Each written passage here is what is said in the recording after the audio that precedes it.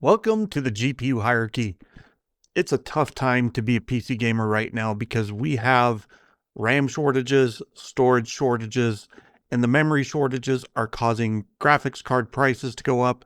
If you're trying to build a budget to mid-range gaming PC, it's going to be difficult. I want to show you today the best value GPUs that you can currently find. And that's going to entail a lot of benchmarks. In fact, I'm looking at almost 50 GPUs from the past 8 years. A few caveats before we get into the benchmark results. One is that I require ray tracing for the cards to be tested. I've got 3 of my 17 games that require ray tracing. And so if you have a GTX card or an RX 5000 card, they're simply not going to run. And so that would muddy the waters. I'm just going to stick to my standard set of 17 benchmarks. Second, because I'm looking at older cards, some of these were used for mining if you buy a used card. That's primarily going to be the RTX 20 series, RTX 30 series, and the AMD RX 6000 series. That's a risk. If you buy a used card, it's always a risk. But if you don't want to do that, I will have data that shows both the old cards, including everything released in the last 8 years, as well as only the past couple of generations after Ethereum mining became a non-existent proposition. Good times. Budget. That means different things to different people. I'm going to be sticking with 1080p benchmarks this time and at medium to high settings. This is kind of the sweet spot for graphics quality and fidelity, and it's also a stand-in for like 1440p with quality mode upscaling, or even 4K with performance mode upscaling. I'm not going to touch frame generation. That's a whole nother can of worms. You don't get apples to apples results. Like if you look at the 5070 performance with multi-frame generation compared to the 3070 with no frame generation, the 5070 is obviously going to look tons faster. But in the real world, it's not as big of a difference as that might indicate, because your input is still going to be going at the base sampling rate. So if you're doing 4x MFG, your base sampling rate is 1/4 of whatever the frame rate is. So if you're getting 200, that means it's sampling at 50 frames per second. Great. If you're getting 120, that means it's sampling at 30 frames per second. It's going to feel a little floaty and laggy.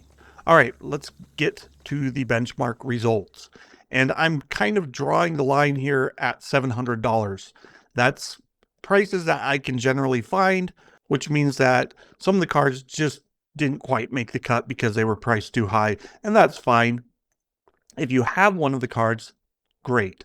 If you're looking to buy a card, that's what I'm primarily interested in. First of all, let's start with the full rundown in performance at 1080p medium. So again, this is not pushing VRAM. If you have an 8GB card, it should be just fine. Even a 6GB card will probably be okay, but you can see the 2060 does fall to the very bottom of the performance charts. It's also one of the cheapest cards, so, you gotta take a little, give a little. Anyway, top of the chart is the RX 9070 XT. This is not a 1080p medium card. It also costs almost $700. Same goes for the 4070 Ti Super, 7900 XT. These are here just as a quick reference, and you can see the whole chart here. I'm going to just let you look at that for a minute, and then we'll flip over to the value proposition. And this is kind of interesting. All of the older NVIDIA cards look like great values for 1080p medium because they kind of are.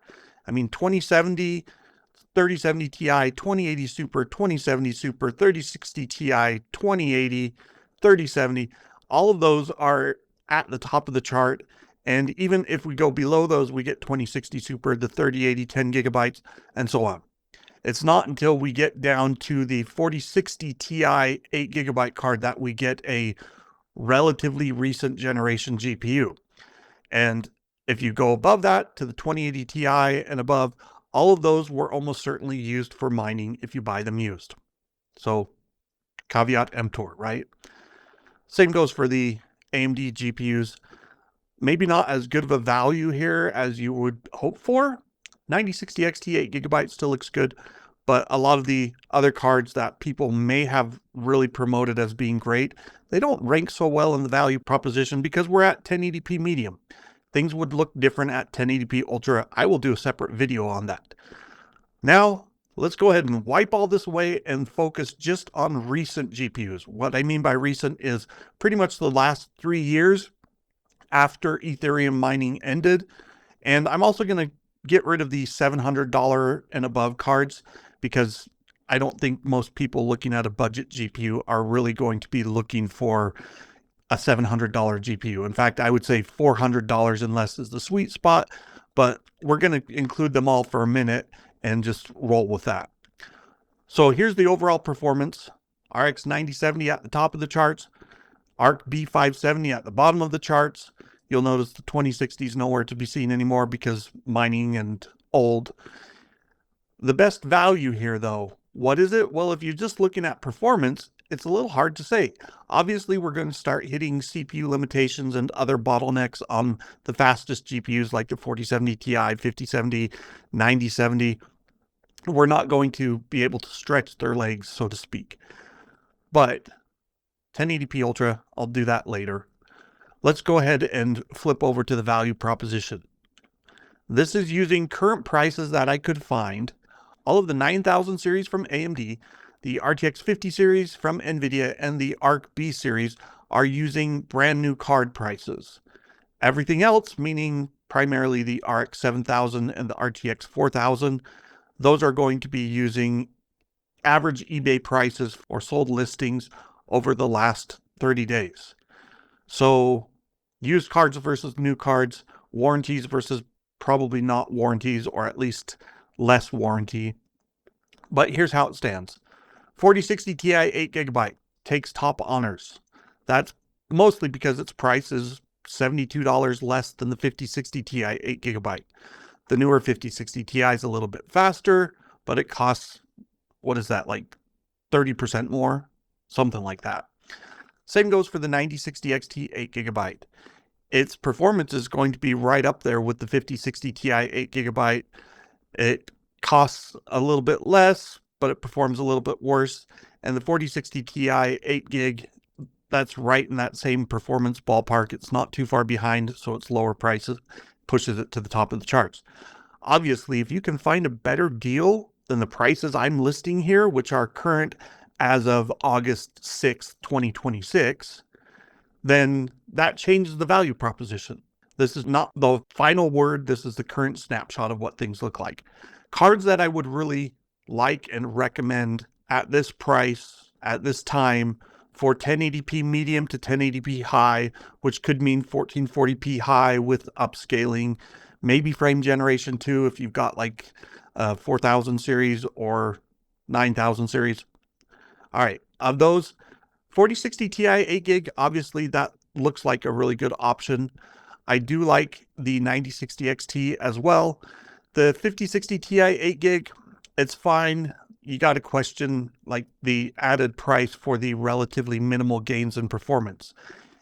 I would love to get a 12 gig card in there, but if you're looking for 12 gig, your best options are going to be like the RX 9070 at $535, that has 16 gig, 7700 XT at $380. The ARC B580 has 12 gig, but that's pretty far down on the performance list, so its bang for the buck also looks worse. If you can find that card for less money, then maybe it would be a better option. Same goes for things like the RTX 4070, 4070 Super.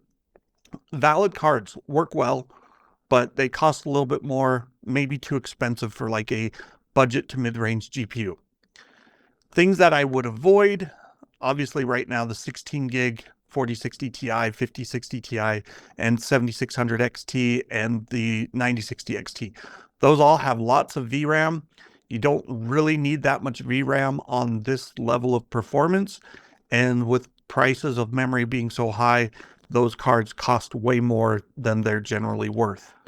A 5070 or 12 gigabyte card is generally going to be a better option in my mind. Or a 4070, go back another generation, save $100, lose 15% performance. That's about all we've got right now. Let me know what else you'd like to see. and give me a like and a subscribe. I'll be back looking at some of the 1080p Ultra numbers in the future, as well as some of the higher resolution numbers. And again, no upscaling or frame gen here. This is the baseline. We all know what those things can do for performance, so we will look at those later. Take care. We'll see you next time.